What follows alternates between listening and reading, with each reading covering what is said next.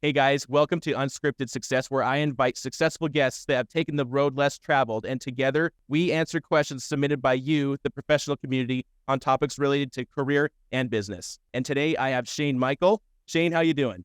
I'm doing good, man. How about yourself? Good, man. Thank you. So a little bit about Shane. He's an Army veteran who faced challenges of addiction and homelessness after his service. Through determination and resilience, he transformed his life by entering the world of sales and later became a business owner where he learned he was going to be a father. Today, he's proud to be a president in a successful storm restoration business, showcasing his journey of overcoming obstacles and achieving success. Shane, so first of all, man, thank you for your service. I appreciate that. Awesome, man. Cool.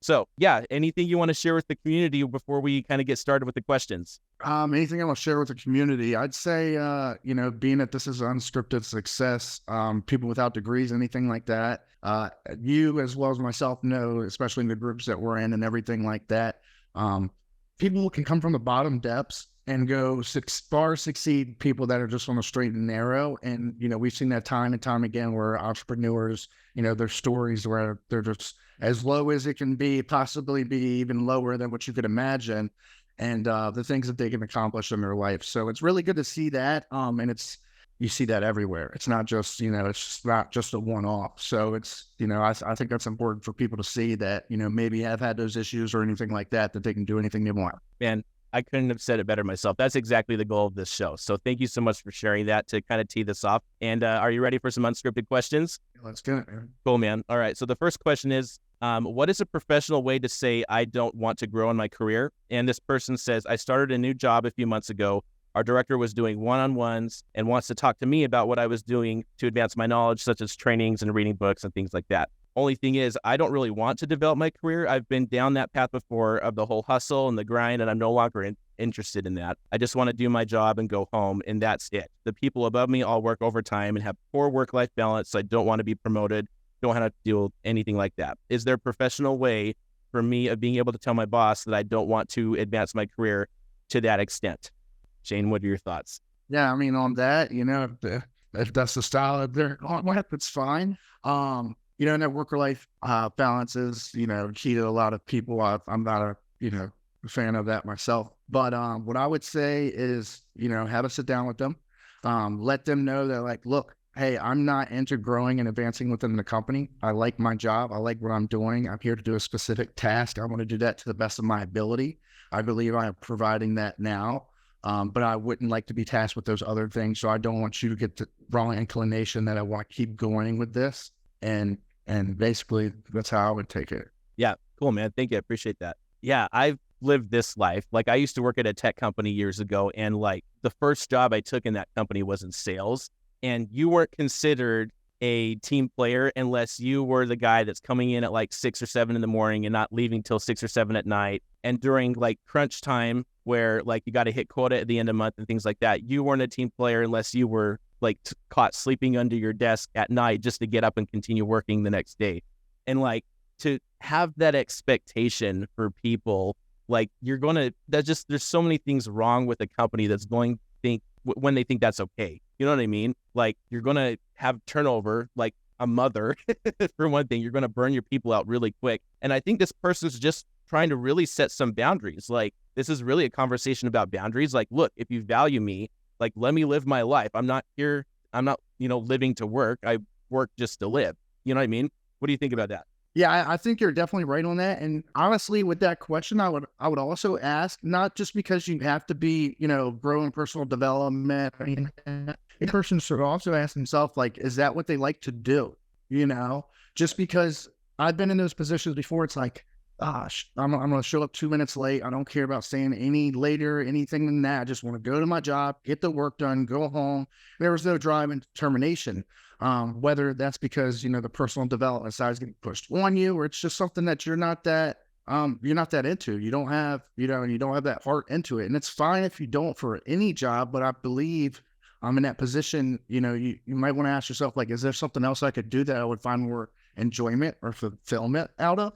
Not necessarily working more, but, if they want that work-life balance, maybe it's something that they can, actually enjoy more, to where it's, they don't have to personal development grow, but, that may be a question, especially how they ask that specific question that they want to ask themselves as well. Yeah. Like, I mean, when I look at my career prior to starting my business, every time I ended up leaving a company, it was over something like this. Like, I remember the very last company that I worked for, I was managing their CRM, things like that for them. And like, I had told them like 3, 4, 5 months into the job, like, you guys are outgrowing your software. You probably need to consider like moving to something more robust, because I'm staying up till 4 a.m, like just trying to keep this all duct taped together.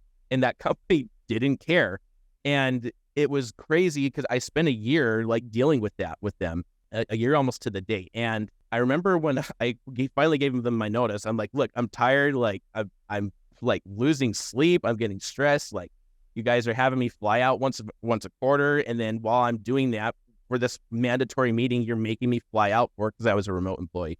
But like, you're making me fly out for this, for a mandatory meeting. And now in the meantime, that's like a whole day's worth of time that I'm no longer able to keep the system duct taped together. And now I got to play catch up, which makes me have to stay up even later to deal with this. And I'm already cutting into it was just a bad situation. And I remember recommending to them, like, we need to move to a different solution. They said no. So I gave them my notice. I quit. And I find out months later, I found the guy to replace me at that company. And it wasn't until they hired him and saw that he was having the same problems, they actually hired a second person. Actually, it was a second agency on top of their internal guy to deal with all this stuff. And so I was like, man, like, why, what was it about them that you believe, but not about what I said? You know what I mean? So it was like really frustrating, but validating at the same time. And again, I just think it comes down to boundaries. You gotta shoot your shot. You gotta be willing to stand your ground on certain things when it's bad for your health, when it's bad for your work-life balance, things like that. Yeah. Any final thoughts on that one, Shane? Yeah, I mean, that person seems that, that they do care about that work-life balance enough. So find one, maybe, how I was saying with other jobs or whatever it is, or if you stick with that one, set that boundary to where, hey, my family is the most important thing there is. My happiness is the most important thing there is. If I'm happy and I'm happy with my family and everything, I can bring my all into work. And if I can do that, those 8 hours I'm here, I'm going to be a lot more productive than somebody that's here 12 hours, that's under the gun, not wanting to do this stuff. So for me to be the most productive person I can be in this workplace, I need to have these boundaries specifically set. Absolutely. And if you come from that and it's like compassion, like, hey, I do want to do my best while I'm here, but that is, I'm here, I am here. If I'm out of here, I am out of here. I separate those. I understand that we don't see things the same way, and that's okay. But I'm here to do my job. I'm going to do it well, Yeah. Cool, man. So it sounds like final thoughts on that. It's like you're saying set boundaries, negotiate like what is a good, decent work-life balance. And then I'm sitting here saying if that's not possible, then tend to do what I do and just walk out. Exactly. And that's always the thing too. And I was saying that at first too. And then I was like, okay, well, how can I come at it from a different angle? But yeah, ask yourself if you're happy with the job. You know what I mean? Maybe you'll find more joy somewhere else. And that doesn't mean you have to put more hours in, but maybe there'll be more understanding of it, Yeah. Cool, man. I dig it. Thank you. Great thoughts. All right. Ready for question number 2? Yeah. All right. So this one says, the headline on this one is HR rewrote my job description and now I'm overqualified for my job. He says, I've been working at a company and the leadership team just rewrote my job description. My job requirements are now a bachelor's degree with 6 years experience in this field of work. I do have a bachelor's degree and worked 9 years in my field, and actually 10 years is coming up soon. And now that my job description has been rewritten, now what? I have no idea what to do here. I feel like this is a passive aggressive way of telling me that I haven't been performing well, which is not necessarily the case. And for some background, I do love my job, and a similar role elsewhere may actually require an MBA. My pay and benefits are good, and it's close to my home, so I don't have to worry about a commute. Should I stick out for another 1.5 years just to see what happens? My honest suggestion on that, let's just be honest here. Most likely, whoever it is, the CEO, the president, whomever it is in the company, they're probably not doing that HR stuff. They just need to update it because they need to bring in fresh new blood in. So I wouldn't take it so personal. Try to just look at it from a business aspect. Now you're overqualified. That's great. They don't want to get rid of you. You know what I'm saying? They got you in at that lower pay or whatever it is. You get your little 3 to 5% raise a year, take it. Now, if you're unhappy with the company, that may be a different story, but I wouldn't take something like that so personal. just because most likely it's not an attack on you. They see that, being overqualified that isn't necessarily like a horrible thing unless you're trying to move up, and if that's the case, then, proceed with that. But I just wouldn't honestly take it so personal to where it's a direct attack at you, because most likely it has nothing to do with you. I agree. And it's interesting to see that, like, I'm reading through the question again, and I'm not seeing any reference specifically towards their like supervisor. It's all about HR rewriting the job description. So in situations like this, I would hope that you have some sort of rapport with your direct supervisor where you can tell them like, hey, this is going on. Like, just because like where do I stand with this now that my job's been rewritten, basically. And I think there are situations where like I think you could actually leverage that in a new position. And it's unfortunate that they say they otherwise like their job, but now they're overqualified. So like, as long as you're kind of, to your point, Shane, if they're in the position, it's been rewritten and they otherwise love their job, who cares what the title or the requirements are, right? Yeah. Now, if you're overqualified, it sounds like if I'm reading between the lines, like they're thinking, oh, if I'm overqualified for this now, then I should get a raise, right? And maybe you can justify that, but then that opens up a whole other conversation about negotiating that.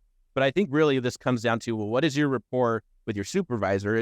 Are you in a position where they could go to bat for you and say, hey, because of this, is there some sort of compensation or raise that I could be entitled to, or that we could say that I deserve because of it? But I don't know. What do you think? Yeah, no, I definitely agree with you. I also think that in that position, how you can word it, hey, I see that the qualifications and everything like that have changed in the job and the job description or whatever it is. I'm perfectly fine doing what we've been doing and what my job description has been doing and going above and beyond that. Are there any other tasks that I could do to maybe, whether it's create a new position or whatever, that I can add onto my plate so I'm that much more valuable to the company? Because I do see that I am doing more than whomever you're going to bring on next. But if there's any place for growth and advancement within the company with these extra tasks, or if there's anything else, you can add to my plate, or I could come up with some suggestions for you, I'd love to talk about that. That's a great. And then it's kind of like a win-win situation. You're letting them know that you are aware. You're letting them know you want to take on more stuff. If that's the case, to move up in the ladder, opposed to feeling like you're overqualified and they're simplifying your job. Yeah, that's a great way to think about it. Because like, and that's what I think both as business owners like yourself and me, like, and then even managers or people that are leaders in an organization, what they want to hear is their people coming to them with solutions, right? Don't come to me with the problem. Come with me to a proposal and a solution on what you think would be a fair shake at solving this, right? And so going to your point, going to them and saying, hey, like, what's something we can do where we can justify me maybe like actually having a bigger title or actually taking on more responsibilities to then justify me getting compensated for it, since someone coming under me is going to otherwise be paid the same as me, and that might not be fair either. So yeah, come to them with solutions and not just giving the impression that you're complaining about the problem. Love it. Cool, man. Any other thoughts on that one? Yeah, I definitely agree with that. Just coming up to them with the solution and everything, to where really you're seeing the picture as a whole, and then you're going into their office or whoever your direct supervisor is, if they're even aware that the position has been changed, to be honest with you, and you're letting them know that you're not just complaining about it, that you actually do want to provide more value, and they see that you're actually willing to provide that more value, it goes a long way with management for sure. Absolutely. So that you're a team player. Absolutely. Cool, man. All right. Question number 3. I have 2 job offers. One is a lot of work and pays more, and the other is a lot less work and pays almost $10K less. I'm nervous that I'm making the wrong choice. And then they go on to say the higher paying job hired me pretty quickly, and the lower paying job took 4 weeks to do 3 interviews. Doesn't really matter, but it just says something about both companies. The higher paying job is a lot more work, lots of calls, tracking, recording progress, things like that. I'm just nervous I won't do well because of how closely they monitor you over all these activities. The lower paying job is very similar to what I was doing before, and it's a smaller company. They don't track you, they don't micromanage you, and only have 2 meetings a week. For the most part, they don't bother, which is a big plus for me. This might make me sound lazy. I know I'm capable of doing either job. I do prefer the flexibility and easier workload because it allows me to do other things throughout my life, work-life balance. And then they close by saying I'm running out of time to choose because I only have until today to decide. What do you guys think? Hey, that's a tough one. So there's a couple of things I got away from this. All right. So the higher paying job was quick to hire. So the quick to hire, quick to fire, in my opinion. You know what I mean? If they're just bringing on anybody, throwing bodies out there, not that you're not doing a good interview process, but that is one thing that I would keep in mind. It looks like you want to have more time, more freedom, and things like that. If it's substantially less work for $10,000, I mean, $10,000. Let's just do the math real quick. That's like $850 a month. Okay, so that's $200 a week after taxes. That's $140 a week. Is your happiness worth $140 a week? Could you make up that time? Something recently I've been reading into again is buy back your time. You know what I mean? If you're getting an extra 2 or 3 hours a week or whatever your pay rate is, you know what I'm saying? If you can save 2 hours a week, say for pay rate, you want to be making $70 an hour. If you save 5 hours a week, you're up in the game, in my opinion, or even more so. I definitely look at time a whole lot different than I ever have in my life. So those meaningful things like a couple hours mean a lot when you're, I'm sure you're aware too, where you're just jam packed all day. So if you could find 2 hours, that would be amazing. It seems like you like the idea of working less. Another good thing about the whole scenario is being that they took 4 weeks to hire you. They did a couple of interviews. So in my opinion, they know that you're qualified. They wanted to find people that are going to stick around and be there and that are a right fit for the team. Not saying that the other people didn't, just because you could be killer at your interview process, but the other people did their due diligence even more so. So honestly, I'm always about work more and do everything else. But in this scenario, my suggestion, at least, I'm not sure about yourself, but my suggestion would be go with that lower paying job. If it's not going to be, if that $10,000, that $120 a week, $130 a week isn't going to make that much of a difference to you. For me, I'd rather be happy than have $130 more a week. And that's just easy math. You know what I mean? So yeah, that's basically what I have for that. That's a great thought. Like, I was thinking the same thing as I'm reading this. I'm like, yeah, it's a easy decision for me if I'm in that position. I'm going with the lower paying job. And then I didn't even think about doing the math on it. It's like $130 really that much more to you? Because if it is, then maybe you want to consider it. If that happens to be life changing for you, then yeah, go for it. But I'm sitting here thinking like, and for me, like, even so, going to the slow to hire for the second company, like, I'm looking at myself. They said it was a smaller company that took longer to hire them. And if I'm looking at myself as a business owner, I'm probably guilty of that myself. And so I can see that, that's why I'm hiring someone, is because I need to be able to delegate something and do it fast. And me as a business owner trying to hire someone, I could see myself taking that long to do it. And I've been guilty of it before. And then the other side of it is everything comes with a price. And this company that's willing to pay more, there's obviously an expectation around that on that company. You know what I mean? And so if I've been through enough jobs myself to know that, and this is why I ultimately became a business owner, but I've been through so many jobs where, the expectation or the impression that they give about the job is one thing. And then you even go into it and it ends up being way more than they communicated, or something that they just flat out misrepresent entirely. And this other job that pays more almost is giving me PTSD from previous experiences, because that's exactly what those jobs sounded like to me when I took them. And so I'm always going to err on the side of, I don't want to go into a position at risking the possibility that I'm going to have to work, overwork and lose my schedule and lose my work-life balance and all things like that. I'm not even going to risk that. So if I need more money, then let me take the smaller paying job and I'll just do a side hustle or something like that. You know what I mean? But what do you think? Yeah, no, I definitely think you're right. And being with how you're saying what their expectations are and everything. So, you're already got a longer work week, whether that, for that extra $130, I'm assuming it's more than 2 hours. You know what I mean? So really, which job is paying more? It's which job you're at more, and with those expectations, if you're working at, say, the one company with $10,000 a year more, if you're working 10-hour days opposed to 6-hour days, you're talking about a ridiculous gap and pay. And not only that, where you're at for 8 hours a day, you may go home and think about work for an hour or two. I don't know. I mean, business owners and entrepreneurs and stuff like that, it's on your mind 24/7. It's just part of what it is.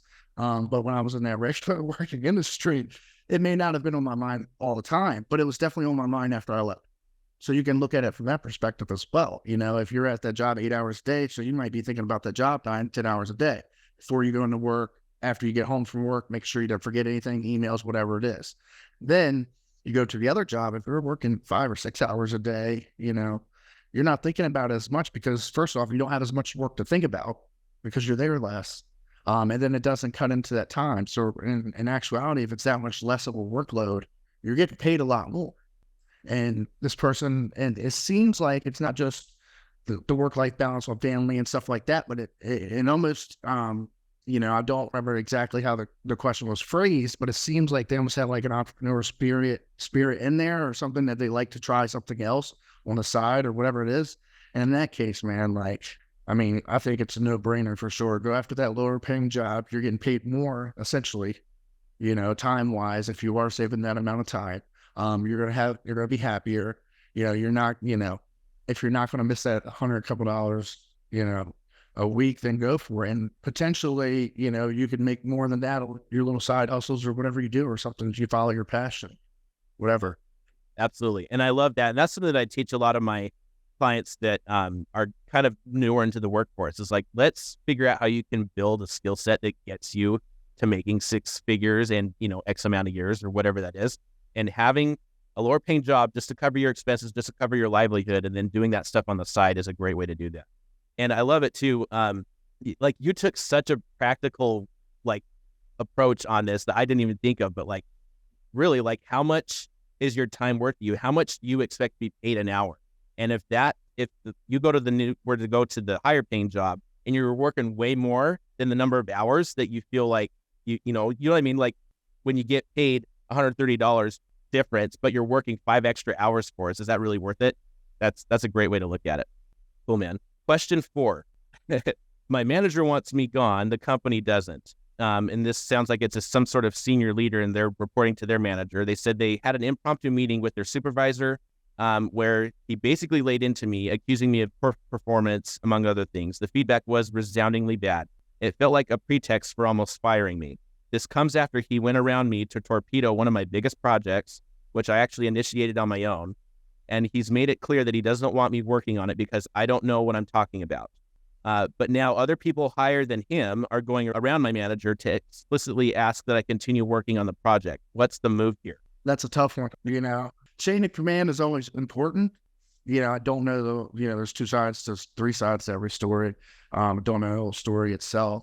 It sounds like, well, ask yourself first, are you performing poorly? If your manager is torpedoing this job, like you state, and you're actually the one who brought on the project, then, that's not good. It doesn't sound like management, that manager directly above you is maybe the best fit for management, to be honest. You got to give people like a feedback sandwich. You got to tell them some good, a little bit of bad, a little bit of good. You know what I mean? Not just trash. Which sounds like this is what this guy is doing. If the upper management is going around that person, maybe, and they want you to continue working on that project. Next time they approach you working on that project, say, hey, look, I don't like going over a manager's head and everything like that, but I do feel like this needs to be talked about, and then explain to them kind of what's going on. I'm sure they're aware anyways if they're already going around that manager's back, but if you express that to them, they're going to do something. If they want you on that project, they want you on that project for a reason. They see what you're doing, opposed to what the guy below them in management is telling them. So they see something that he doesn't see. And that, they disagree with him essentially, because that guy's, obviously going to the upper management and letting them know how he feels. They're going back around him to let you know that they want you to continue working on the project. So in this sense, I would bring it up to the upper management, see what they say about it, at least make them aware that you're aware. If nothing changes after that, maybe it's time to look for something else, or, see what they can do, see what they say, see if anything changes after they make their promises or say that they're going to work on some things or talk to them. Make sure that they're receptive. If they're receptive, then, kind of take it from there. But if this is something that continues, they may, hopefully, they just have that manager stop being directly over you, or have them calm things down or whatnot. But I would definitely go to upper management to see where the disconnect is and how they can approach it, everything like that. Yeah. This reminds me, so the tech company I worked at, the first job I had there was working sales, and I had a manager that tried to torpedo something I was doing. It's really weird to think, like, how could a manager torpedo your sales? So I don't know what happened, but suddenly he didn't like me. And primary way, rather, that we would get leads was coming in from marketing and stuff like that. And so we'd come in every morning and we'd have a list of leads to work. And I noticed after had been on that team for almost a year, and suddenly I noticed that I wasn't getting any leads coming in. And so what I figured out was, again, for whatever reason, my manager suddenly didn't like me. He had turned off my lead flow, and he had used that as manufactured reason to create grounds to then fire me. And so, like, it was the craziest thing. So first he put me on a performance plan, which was impossible to hit without getting lead flow, but somehow I did it anyway, just by digging into old leads. So that didn't work. And he was really, like, pissed off about that. So that was kind of funny. But yeah, like, I've lived this before where a manager just wants to sabotage you, basically. And going to HR or to their supervisor or something can be really scary depending on the culture of your job and things like that. You know what I mean? If I were this person, like, my knee-jerk reaction is just be like, screw this, I'm out, whatever. But assuming that, like, someone doesn't want to do that, what I would do is I would go to their supervisor, whoever these higher ups are that want me to continue on the project, and just say, look, I don't know if you've talked to my manager, but they clearly don't want me working on this. You guys know this to some extent. Let me give you the details. And is there a way that I can maybe go on someone else's team or report to someone else so that I don't feel like I'm having to deal with this friction and this conflict in working on something that my direct supervisor already doesn't want me to do? And see what they say. I have a really hard time not just being direct with people when it comes to, in the workplace. And so that's how I would approach it. And I think the way that they respond to that will tell you a lot about the circumstances in your department, the culture of your company, things like that. If they're not willing to accommodate that, which, I mean, how hard is it to move a person from one team to another? You know what I mean? I don't think that's very hard. Or if, and if they're not willing to do that, then they're basically creating a hostile work environment for you, which says a lot about them and nothing about you. So yeah, I would go to the manager or to these supervisors of the supervisor and just be like, look, I can't do this unless I have some sort of support. Can we try this sort of thing and see what they say? But what do you think, Shane? Yeah, no, I think you're exactly right, man. Go to them, and whether you have to stop that project because your direct manager is telling you to stop it, wait till the other guy's coming around and they're asking you to do it. Because when someone's asking you to do something, they're going to be a lot more receptive to you. Use it as sales, man. Everything in this world is sales. You know what I'm saying? You have to sell. So, hey, just wondering what's going on with the project right now, this and that. Well, I wasn't sure if we were at a standstill because I'm sure you're aware. I put a lot into this project since I created the project. But so-and-so, has different views on it. So I'm not sure where we stand and where I stand underneath him. If I should report directly to you since you are asking me to do this project. And he, obviously, as you guys, I'm sure do know, he doesn't want me with this project that I've created, whatever it is. So you're putting that tension in there, but you're also waiting for them to come to you. So when someone comes to you to ask you for something, it's a good time to ask them for something. You know what I mean? So you're not just blindsiding them. They're trying to get a yes out of you, and then now you have to let them understand themselves as well. Going back to that reminded me of something. Going back to your sales analogy, like, the first person to ask is always at the disadvantage, right? And you have these supervisors of the supervisor making the ask. And so that puts you in a position of, like, you're kind of the linchpin. You have the leverage in that situation from the sound of it. Use that. Be tactful and be, like, polite and cordial about it, but use that to your advantage in that situation. That's a great point. Cool, man. Final question. Just got laid off. Do I immediately look for a new job or take the severance and take a break? They say they work as a senior programmer at a company. They told me that I have 2 months to look for a new role before I get laid off. If I'm unable or unwilling to find a new role, then they'll just terminate me with 7 months severance. They're saying they feel relieved. He says, I can already feel the stress of deadlines lifted from my shoulders. The pay and benefits at this job are very good, but I'm feeling very burnt out and unfulfilled in this career. The work isn't interesting, and I haven't excelled enough in my performance reviews to be considered for a promotion. So I'm just thinking about taking the severance and taking an extended paid vacation until the last month where I'll just look for something new. What do I do?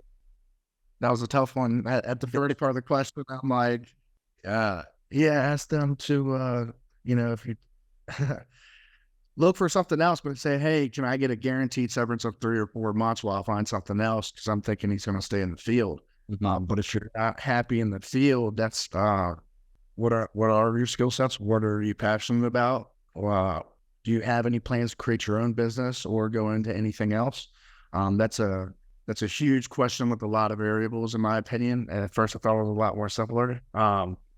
But 7 months of severance, that's pretty specific on what it is. I wouldn't say take a vacation for 7 months, because especially if you don't know what you're going to do that last month, maybe 3 or 4 months, really, really put your, nose to the grindstone and find what you want to do.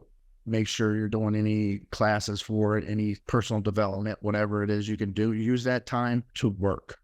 You know what I'm saying? Work on yourself to whatever your new skill set you want your new skill set to be. And I think that's probably like the most appropriate answer for this. Really digging hard on what you want to do, finding out what you want to do within the next month or two. I would say take the severance and go, to be honest, especially if you're not trying to go back into that field. So if you got 2 months to find out if you're going to take the 7 months step, maybe within the 2 months that you're working at your place, still give it all, still show up, still do what you're supposed to do. So, them getting upset about it or anything like that, like do your job to your best of your ability within those 2 months. Try to find out which direction you want to go, look online, figure out really what you want to do. The first couple of months of the severance, really, really, dive deep into whatever it is, do classes, trainings, whatever it is, because let's be honest, if you're sitting at home, you're going to spend more money than you make, or you're going to spend more money than you usually spend. It's just how it goes. You're not at work 8 hours a day, 10 hours a day with driving and everything like that to not spend money. So you are going to spend more, but make sure you're spending that time, equivalent, or 6 hours a day, whatever it is. Set up a time schedule for yourself to either train on whatever you want to do, look into what you want to do. And I think within the first 2 months, you can look into what you want to do and kind of get that figured out, and then put that time to training, getting a job with that severance, whatever it is. It's great advice. I think I kind of lean the same direction you do. I know people love, and you hear it on social media and stuff all the time. Like people are always talking about, oh, I travel for a living and I just do this and I'm a freelancer. You hear stuff like that all the time, and they glorify this whole thing around the travel lifestyle and how they do it. That's just their lifestyle. And I'm sitting here thinking, like, if I took a 7-month vacation, I think I would go crazy. Like, I don't think I could sit back and be able to relax. So when I'm not doing something productive for 7 months, I would go crazy. And I'm sure my wife would love it, but I would go crazy. And it's so funny that I was talking about, like in the last question, I was talking about the sales job I had where I had a manager try to sabotage me and get me fired. I managed to escape that situation. I managed to move into another department. And when I managed to make that happen, I actually did, because I was so burnt out from working 12, 14-hour days in sales and sleeping under my desk once in a while because that was the culture. And so I remember when I got the new position, they asked what my start date was. And so I think I made it something like 2 or 3 weeks out just to give myself a little bit of a break. And so that was nice to take that time off. But so a 3-week break for me was awesome, but a 7-month break, I think I don't even know what I'd do with myself. But yeah, so I lean into that camp, like maybe take a little bit of time off, like, maybe stick around for those 2 months, find an opportunity. If it doesn't come around, then, maybe take 2 months off, but don't spend 7 months just kind of dilly-dallying. Like do something productive and find a better gig. Yeah. Cool, man. Any other thoughts around that? Yeah. So you brought up a good point with, taking the time off or how you would go stir crazy or whatever. Well, what's also going to happen is if you take 3 weeks off and then it turns into 5 weeks before you start something, you're going to get used to it. You're not going to want to work. You're not going to want to find something. Oh, I'll just do it tomorrow. I got 5 months left. I'll just do it tomorrow. I wonder what I'm going to do. Let me switch from this to this to this to this. And then it's month 5 or 6 and you have no idea what you want to do. Burn through your severance. You're probably spending more money than you're making, and you're not even sure where you're at with it. Use that time. There will never be another time that you have that time to work on something in your future, your goals. You will not have those 8 hours a day just free completely to actually do that. So take advantage of that, learn what you can, do what you can. Yeah, maybe take 2 weeks off or whatever it is. Anytime after a couple of weeks, like, you need to start, really thinking about your future, because if not, it's going to come up too quick, and then you're going to find yourself in a similar situation. Yeah, I love that. Like we as humans really have a tendency to get complacent. And when we fall into a groove, it's really hard. Like I'm super guilty of this. I am not a creature of habit. I just fall into complacency if I don't have checks and balances for myself. And I think also to your point, like what a great opportunity to have 7 months. Like imagine what you could do with 7 months getting paid for nothing.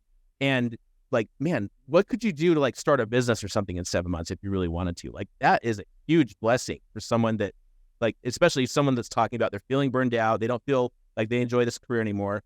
7 months is a great amount of time to find something to fall into and maybe even just like start doing things on your own. I love it. Cool, man. Any final thoughts on that one at all? Yeah, I mean, just like you said, like if I had 7 months to to work on something, and just you brought up, I wasn't even, obviously in my head I'm thinking about the entrepreneurial stuff, but this guy has worked for somebody that may not want to go that route. But in my head, I'm just like, man, I could learn anything I wanted to do, create the business, because I mean, you're still in severance. You know what I mean? You're not making money in your business at first. You could have it up and running and good to go, have everything mapped out by the time it happens, start getting your clients. 7 months is I've started multiple companies, whether it's handyman, landscaping, other entrepreneur things when I was younger. But like you could do a lot with that amount of time, man. And, really be just super life changing for you, opposed to, slacking and making it worse off for yourself. So yeah, I think that's. I wish I had 7 months when I was like in my early 20s to do something like that. That would have been awesome. Yeah.